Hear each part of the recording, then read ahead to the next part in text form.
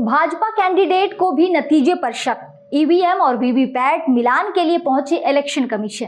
देश भर में तकरीबन दर्जन भर उम्मीदवारों ने ही ईवीएम और वीवीपैट वेरिफिकेशन की अर्जी लगाई।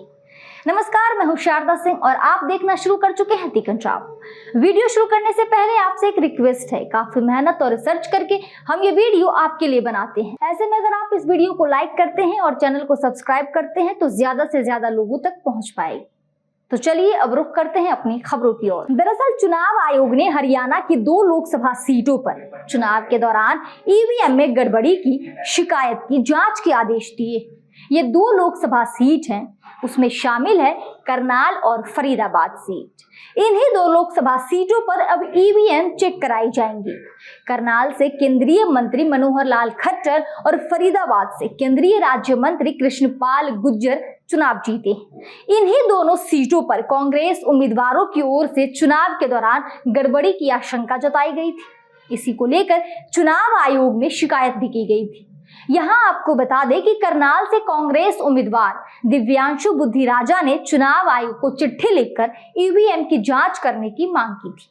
वहीं फरीदाबाद से कांग्रेस उम्मीदवार महेंद्र प्रताप ने भी गड़बड़ी की आशंका जताते हुए शिकायत की थी। इसी पर चुनाव आयोग की ओर से कहा गया है कि लोकसभा चुनाव 2024 में ईवीएम में गड़बड़ी की शिकायत के 8 आवेदन आए थे। इनमें हरियाणा के करनाल और फरीदाबाद लोकसभा सीट के भी नाम शामिल थे। इनमें ईवीएम की मेमोरी और माइक्रो कंट्रोलर की जांच की मांग की गई थी। वहीं इन दोनों लोकसभा सीट यानी कि करनाल और फरीदाबाद पर भाजपा उम्मीदवारों ने जीत दर्ज की है।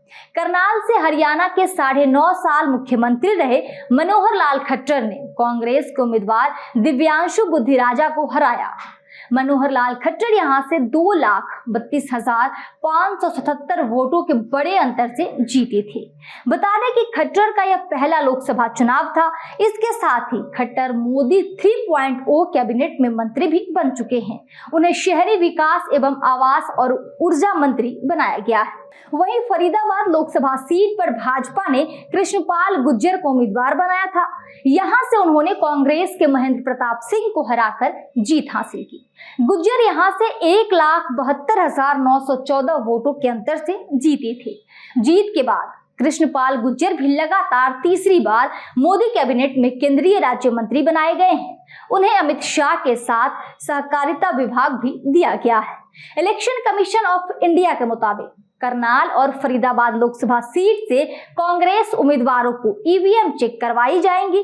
करनाल लोकसभा सीट से करनाल में 2 ईवीएम और पानीपत सीट की 2 ईवीएम चेक कराई जाएंगी, यानी कि कुल मिलाकर करनाल के लोकसभा सीट की 4 ईवीएम चेक की जाएंगी। वहीं फरीदाबाद लोकसभा सीट के बड़कल बूथ की 2 ईवीएम चेक कराई जाएंगी। करनाल उम्मीदवार बुद्धिराजा बोले, 2 लाख जमा किए गए करनाल लोकसभा सीट से। कांग्रेस उम्मीदवार रहे दिव्यांशु बुद्धिराजा ने बताया कि हमने 4 बूथों पर ईवीएम में गड़बड़ी की शिकायत की थी। इसके लिए आयोग में 2 लाख रुपए भी जमा कराए। हालांकि आयोग ने यह व्यवस्था पहली बार की, लेकिन कमीशन की ओर से टेक्निकल एसओपी जारी नहीं की गई कि वह ईवीएम कैसे चेक कराएंगे। हालांकि आयोग ने भरोसा दिया है कि ईवीएम की जांच को लेकर उनकी पूरी संतुष्टि कराएंगे। मैं खुद भी इंजीनियर हूं, इसीलिए मैं खुद इसकी तह तक जाऊंगा। इसके साथ ही हम आयोग पर एसओपी जारी करने के लिए दबाव बना रहे हैं। ये पहली बार है कि इलेक्शन कमीशन ऑफ इंडिया ने ईवीएम चेक कराने को लेकर गाइडलाइन जारी की है। 4 जून को काउंटिंग से पहले 1 जून को आयोग की ओर से यह गाइडलाइन आई थी। इसमें यह प्रावधान किया गया है कि रिजल्ट आने के बाद जो भी सेकंड पोजीशन वाला उम्मीदवार है वो ईवीएम चेक कराने के लिए आवेदन कर सकता है। इसके लिए आयोग की ओर से एक ईवीएम चेक कराने के लिए 50,000 रुपए की फीस रखी गई। हालांकि इसके लिए उम्मीदवार के रिजल्ट आने के 7 दिन के भीतर ही आवेदन किया जाना जरूरी है। इसके अलावा चुनाव आयोग ने हरियाणा के अलावा आंध्र प्रदेश की 1 सीट के 2 बूथों, छत्तीसगढ़ की 1 सीट के 4 बूथों, महाराष्ट्र के 1 सीट के 40 बूथों और तमिलनाडु की 2 सीटों के 20 बूथों और तेलंगाना की 1 सीट के 20 बूथों की ईवीएम चेक कराने का भी फैसला किया। इस खबर पर आपकी क्या राय, कमेंट सेक्शन में हमें जरूर बताएं। वीडियो पसंद आए तो वीडियो को लाइक करें और चैनल को सब्सक्राइब करना बिल्कुल न भूलें। देखते रहिए दी पंजाब। शुक्रिया।